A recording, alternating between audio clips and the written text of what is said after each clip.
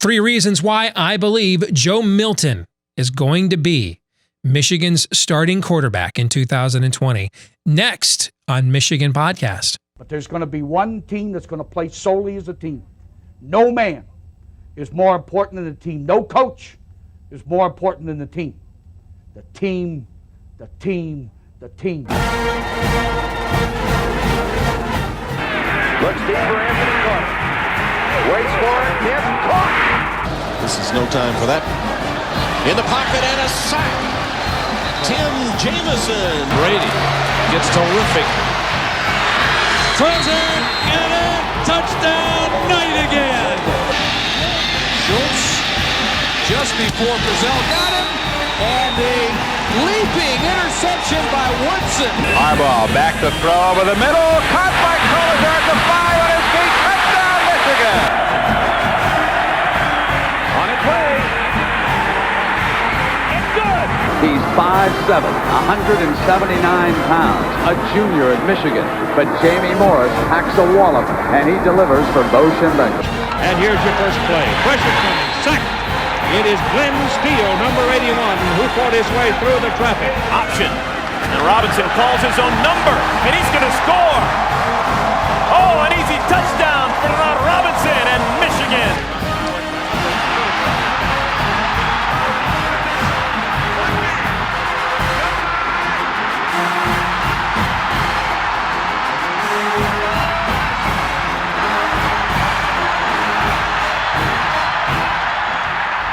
Win it.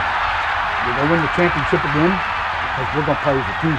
And when we play as a team and the old season is over, you and I know it's going to be Michigan again. Michigan.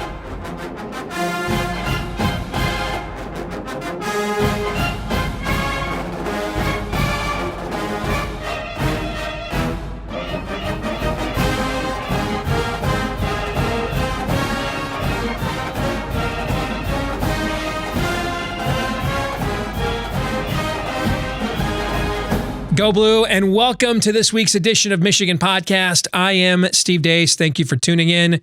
My partner over at WTKA in Ann Arbor, Michael Spath, will be joining us. A lot of weekend news with football, basketball, even hockey too. So we'll do that hockey coming up a little bit later on here with this week's episode.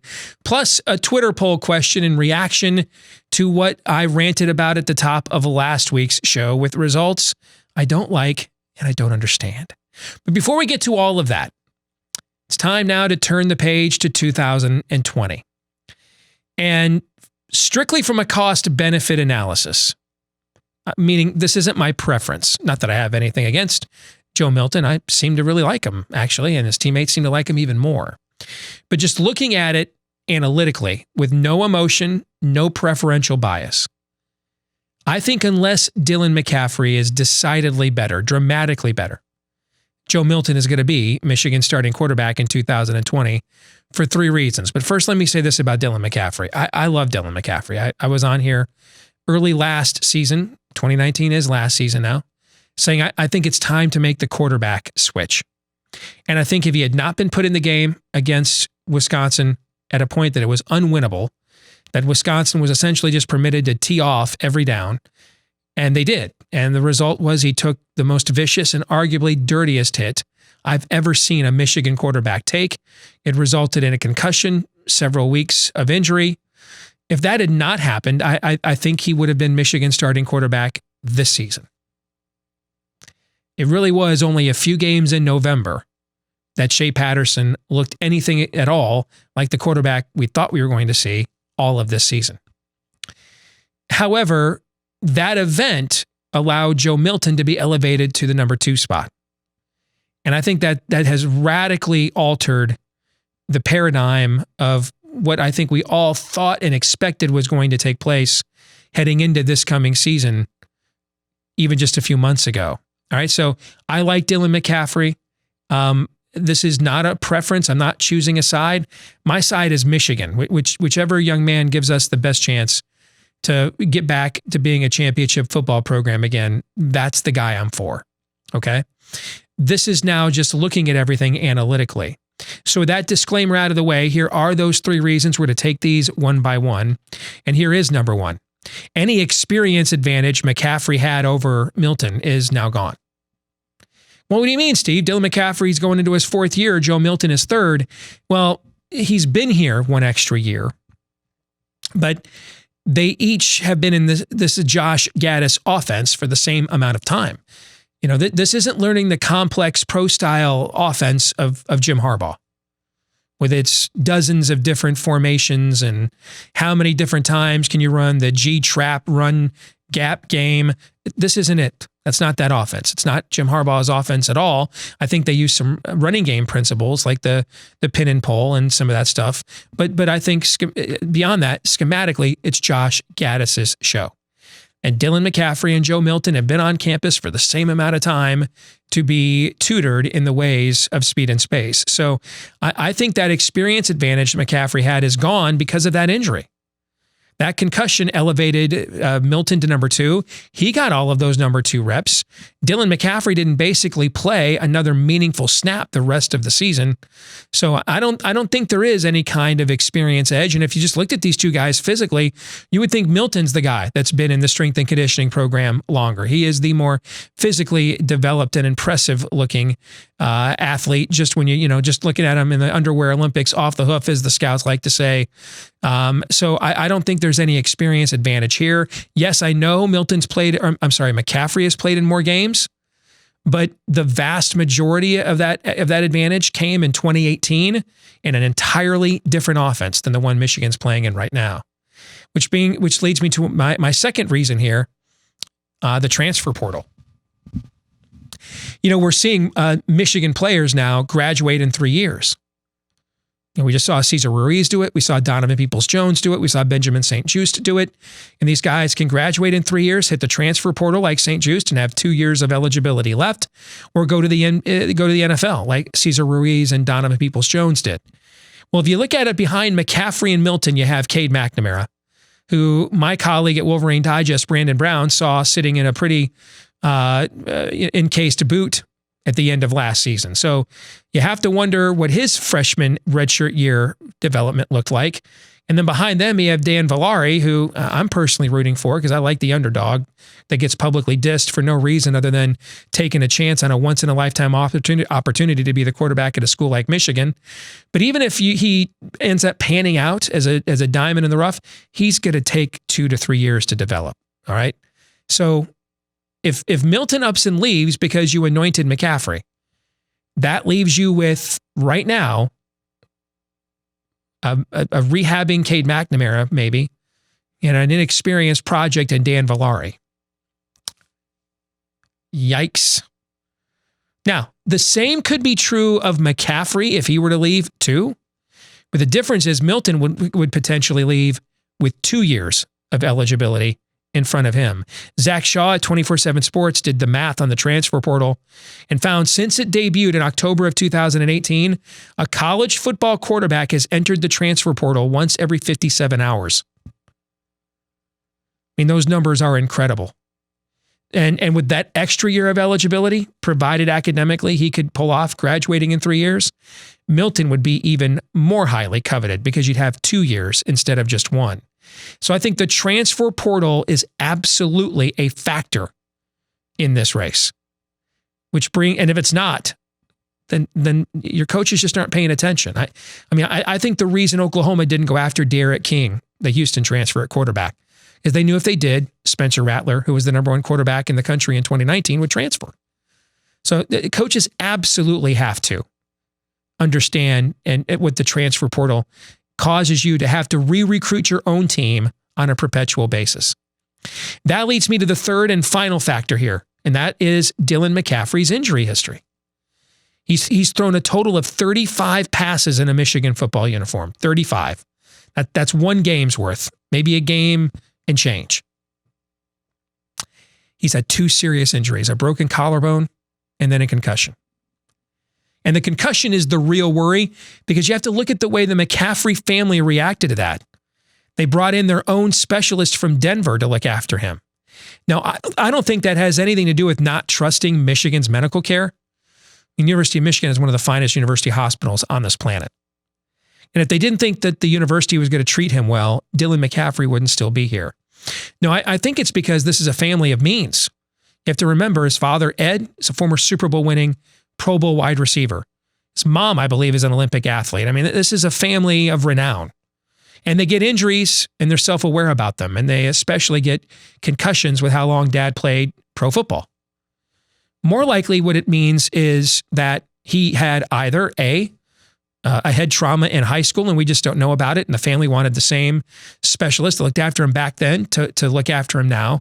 Or B, this is not a young man, coming up from an impoverished background, an underprivileged background. And so, he's got a generation of his family that, relying on him getting a college degree, or better yet, making millions in the NFL. This is a family of means. They don't need Dylan McCaffrey to play football for them, to lift them up out of their current socioeconomic condition. So they don't have to take the chances that a typical prospect would have to take with his health. They can take a more long-term, nuanced view and a more enlightened view of this if they would like, by their perspective. Now, whether it's both or neither one of those things, at the very least, if you're Michigan and a guy's thrown 35 passes and he's had 2 serious injuries, you got to do the math there. And especially when you consider his best asset, his best trait is his athleticism. He's one of the best athletes on the team. So, you can't really take away a guy's game and then make him your starting quarterback. You make him a starting quarterback because of a guy's game. So when you do all three, when you add up all 3 of these factors, I believe if Dylan McCaffrey is dramatically the better quarterback, he should and will play. But barring that, if it's close at all, when you throw in those factors, I think it ends up being Joe Milton that starts against Washington this September. As always, let us know what you think. Follow us on Twitter at Michigan Podcast. Go online to WolverineDigest.com. We have the comment section here on YouTube or your podcast page as well. When we come back, we'll find out what does Michael Spath from Wolverine Digest and WTKA and Ann Arbor think about that, and more Michigan news next.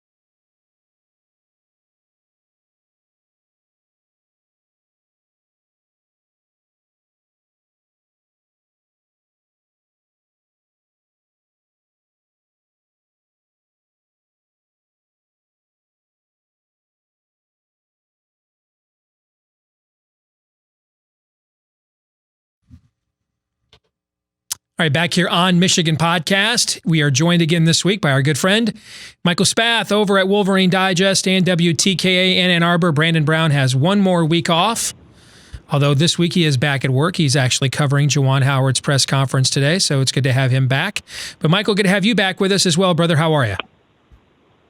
I'm doing well, guys. I'm doing well. It was a good weekend of sports, and I'm sure we have a lot to talk about in regards to football, basketball, and maybe even hockey.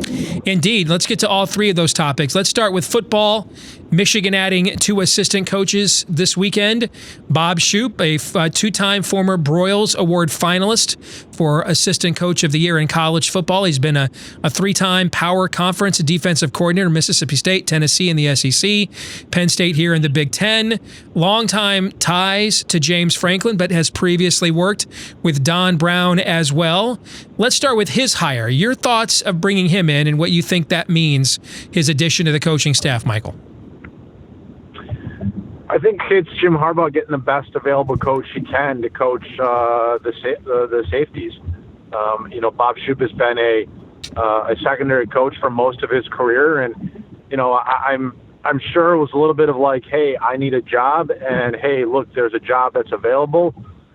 Jim Harbaugh has done pretty well with former coordinators joining his staff and finding the right role for them. And, this is not a guy that's probably long for the position. I mean, if you've spent, most of the past, 15 plus years as a defensive coordinator, you don't aspire to spend, a long time as a safeties coach. But because of his relationship with Don Brown, and it's always good to have another great mind in the defensive room. And so I think he can help Michigan, and he's going to be working with, in terms of at the safety position, Daxton Hill and Brad Hawkins are two returning starters for the Wolverines and a couple of young guys that they're pretty excited about. So I think this is a good fit. I don't think this is, like I said, a long-term fit, but I think for a year, for 2 years, it'll probably be a positive on the football field for Michigan.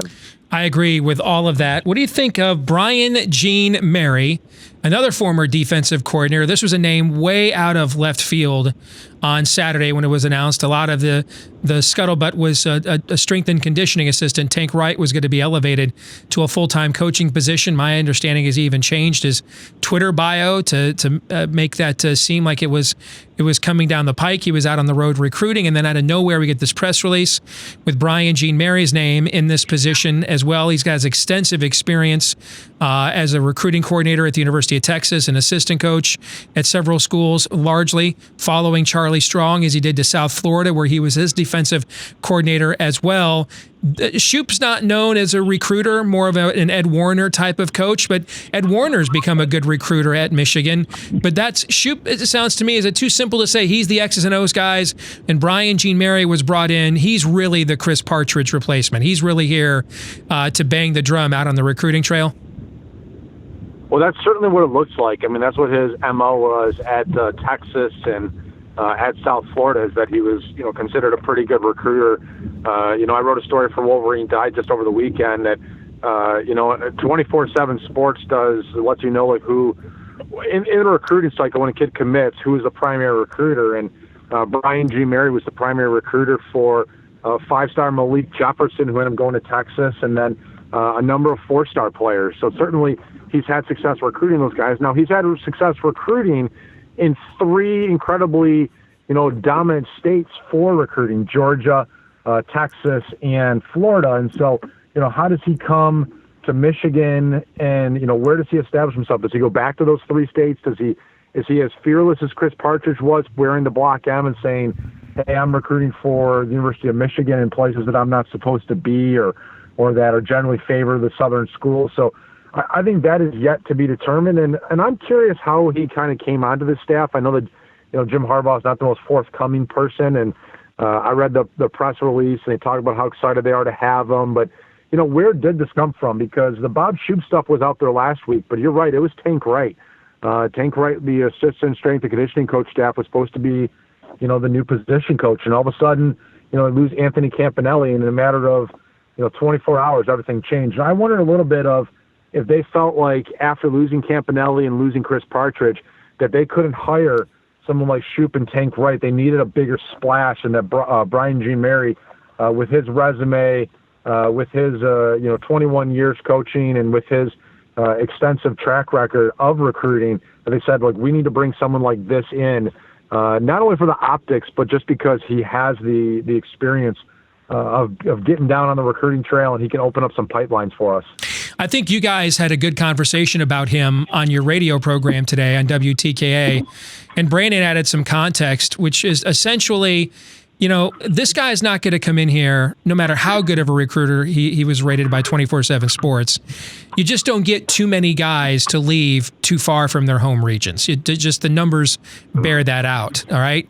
But if you can get, in any given class while he's here, 2 to 4 kids out of these talent-rich states in each class that you otherwise would not have gotten, that's at this point, that could very well be the difference between finishing 9th to 11th every year in the AP poll and actually being more of a factor on a national level, because that's the margin for error that Jim Harbaugh is dealing with right now. And Dan Mullen, the coach at Mississippi, now at Florida, has a great line that the hardest thing to do in college football is go from 10 to 11, go from a 10-win program to an 11-win one.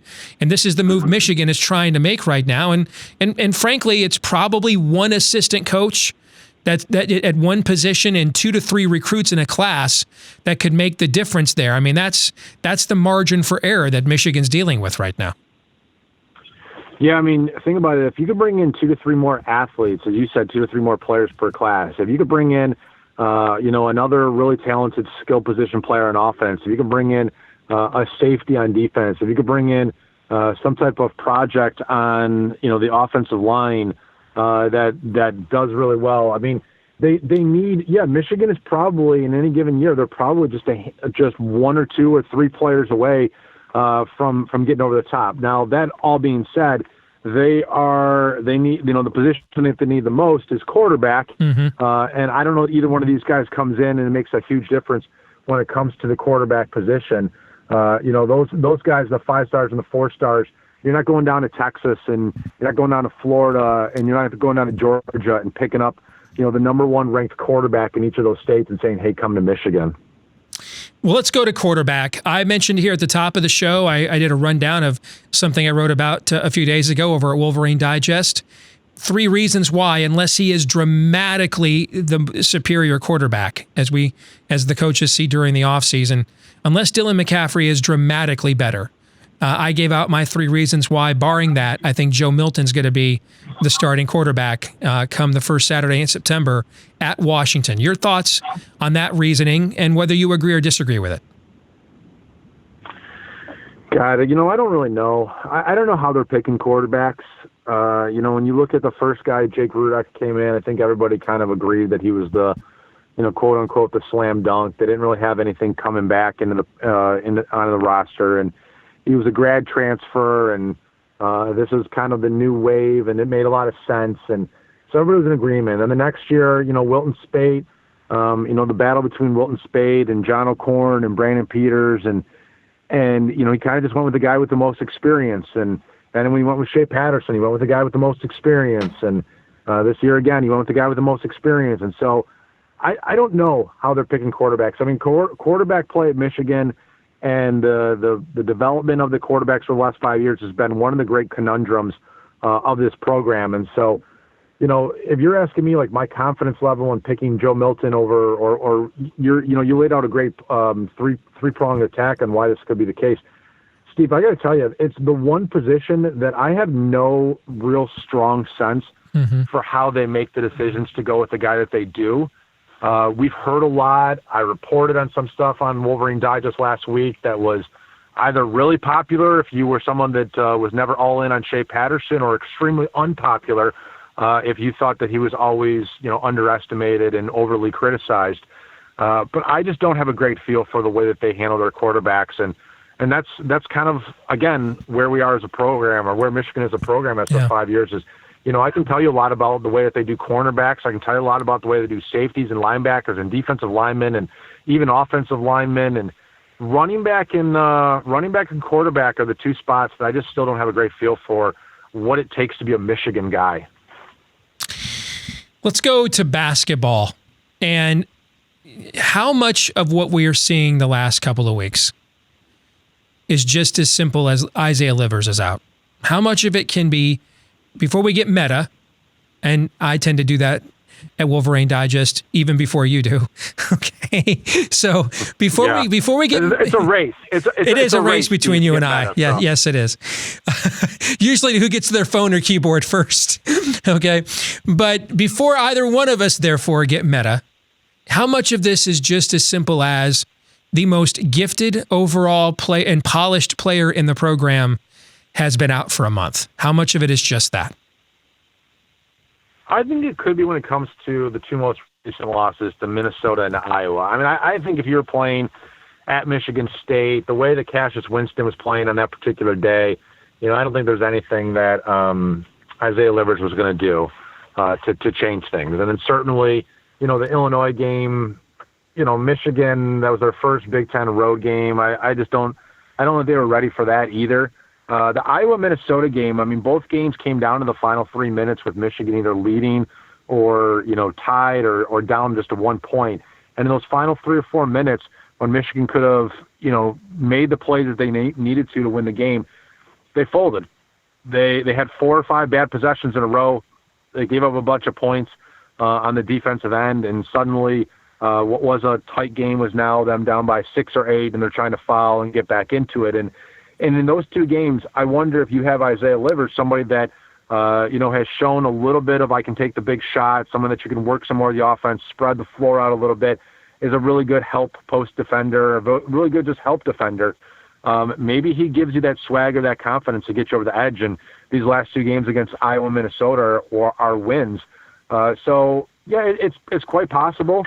It's quite possible. I mean, if you take any team's best player, or at least their second best player off their team, like, what do they look like? I think we've had this conversation before. Michigan State, take Xavier Tillman off that team. What does that team look like? Can Cassius Winston carry it all by himself? You go through the list of team after team, and very few teams can handle that when you're talking about basketball. When you're talking about football, yeah, you lose your second best player and you've got 21 other guys. But in basketball, you lose that one guy on a team of 5. It really, really hurts. And they need him back. But the thing is that Juwan Howard, and I know he's talking to the media today about Isaiah Livers, you don't know when he's coming back. And they've got to find a way. They've got 5 out of the next 8 games are at home. They got to find a way to win most of these because that's what Big Ten teams do. And even if you're short-staffed, you win your home games, and then you see if you can win a couple of the road games this year. I actually came out of the Iowa game, and I'm not one. There's never is a tough word. I don't think there's never a case for a moral victory. I do think you can get some confidence coming out of a loss when you find some things that you didn't have before, or discover some processes or outliers that can help you moving forward. And I was actually in that area encouraged coming out of the Iowa game. You got Eli Brooks back on track. I thought they found some ways to mitigate the defensive struggles that John Teskey's been having. They did some defensive rotations, but I liked the way he was active with his hands, disruptive, causing steals, turnovers, getting some deflections. We hadn't seen that really much at all this entire season. And then I liked the killer instinct. We saw that some against Minnesota down the stretch, and you really saw Franz Wagner show that that junkyard dog mentality.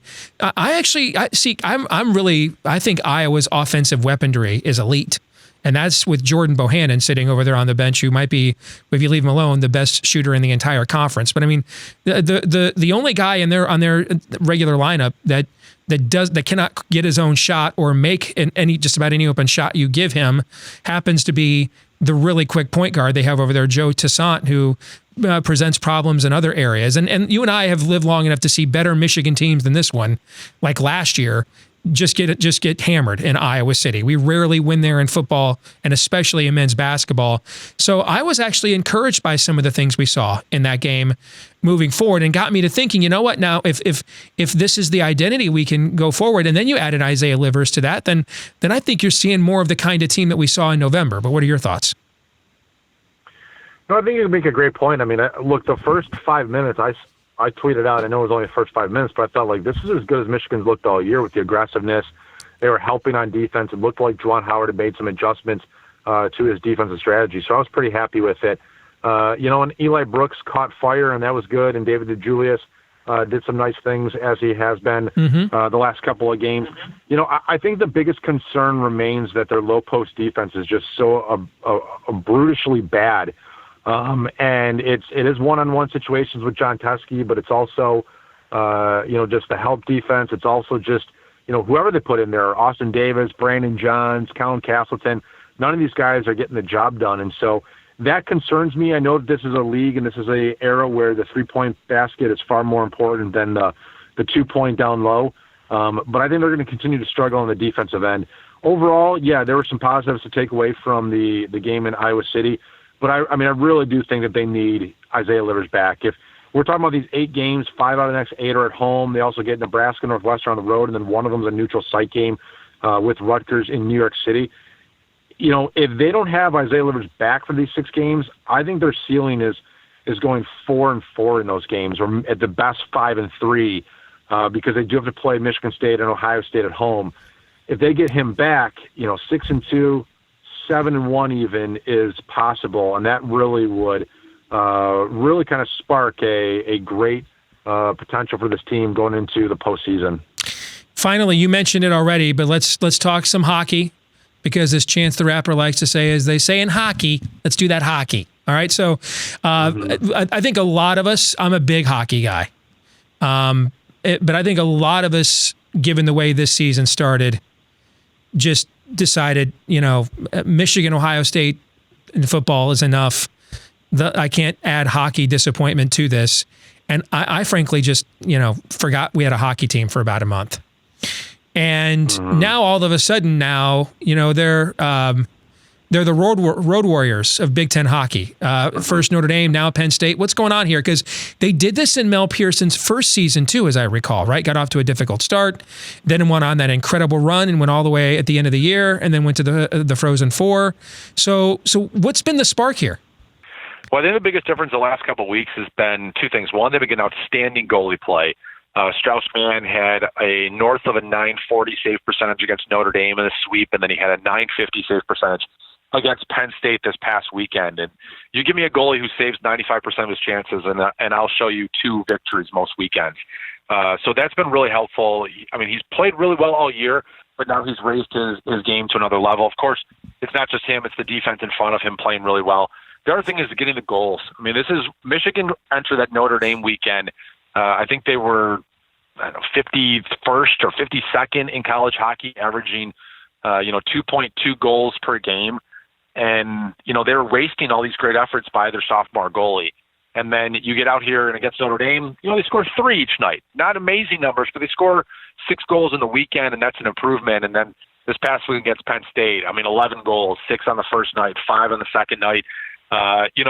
Same argument that I just said about if you stop 95% of your chances. If you score 11 goals in 2 weekends, chances are you're coming home with 2 wins. So the combination of great goalie play and then some outstanding offense, I think 8 different guys scored for the Wolverines against Penn State this weekend. There's just a lot of things clicking right now. And I'm sure we're going to talk to Mel Pearson on Wednesday, but I'm sure he's kind of a little bit of jonesing because they've got to take a weekend off and play an exhibition game this weekend. And you'd like to just keep that momentum rolling. So they get Ohio State back-to-back games, and they get Wisconsin back-to-back games at Yost Ice Arena coming up at the end of January and early February. And if they can win 3 out of those 4 games, they put themselves in a great position to be NCAA tournament bound with a strong finish, which is what no one was saying, even as recent as 3 weeks ago when they're finishing up splitting the GLI. No doubt. Even at Christmas, the idea this team was going to be in the NCAA tournament was crazy, but what a great turnaround. Yeah. Let's hope it continues. Michael, always good to have you with it. Go ahead. You can finish up. Yeah. I'll say one last thing is Billy McCall, who's an assistant coach, he agreed to run the Ann Arbor Marathon, relay marathon with me on March 22nd, which is the day after the Big Ten championship in hockey. And when he agreed to it, he agreed largely because probably he didn't think there was any chance that his team was going to be in the Big Ten championship.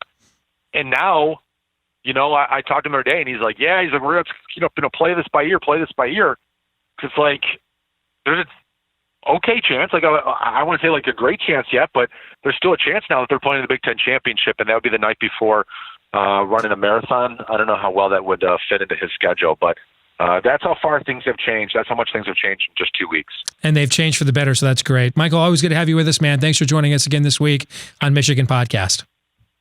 Thank you. Take care.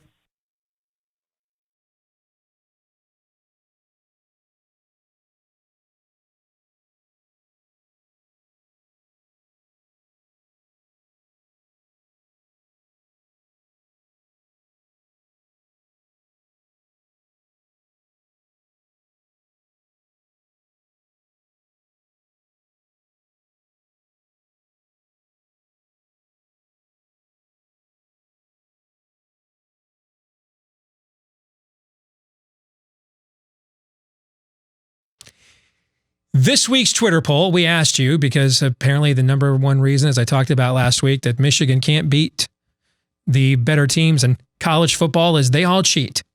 And Michigan is observing NCAA rules and obeying them, and none of the other top programs are. So I decided let's take it a step further. Do you think Michigan should strictly obey all NCAA rules? And nearly 60% of you said yes. Why?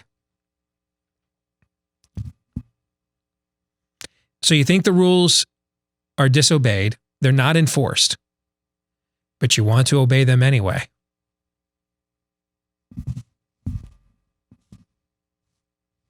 What?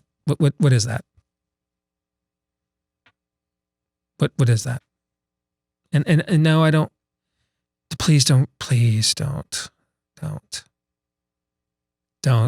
give me some moral superiority. Our head basketball coach played for the Fab Five, guys. Okay. And I love him, by the way. I've got a Fab Five book sitting right here on my desk. So, I mean, let's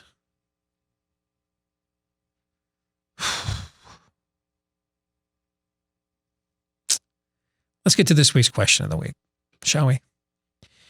Did you know I destroyed you on Facebook, Steve? That is from something called Trial City. I've never been to Trial City, but I bet it's wondrous this time of year. Sounds like the kind of place you'd want to visit, Barney Rubble, but you wouldn't want to live there. And no, I didn't know that you destroyed me on Facebook. But the more you know. Thank you. Now we all know. You too are welcome to destroy me on Facebook and then email me afterwards to let me know that you did or something. That'll do it for this week's episode of Michigan Podcast. Don't forget, you can destroy me on Facebook or merely sit back and follow me on Twitter if you're just not that aggressive. At Michigan Podcast, keep up to date with everything we think about Michigan athletics in between episodes.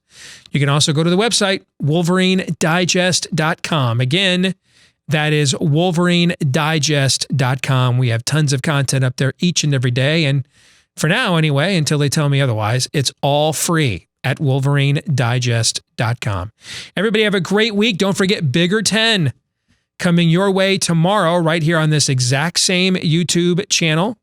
All right, so do not miss it. I'm going to cover a ton of football stuff, including my very first total team talent ratings for the 2020 college football season. Now that we've gone past the NFL early entry deadline, we have our first, along with the early signing period, first real look at how rosters are shaping up for next season. We're going to break those down tomorrow right here on this YouTube page at Bigger 10. Speaking of which, like, subscribe, rate, 5-star review, whether it's YouTube or a podcast, however you access us, the more of those we get, the more it helps us to grow what we do here each week at Michigan Podcast. Thank you to all of you for tuning in, and until next week, go Blue.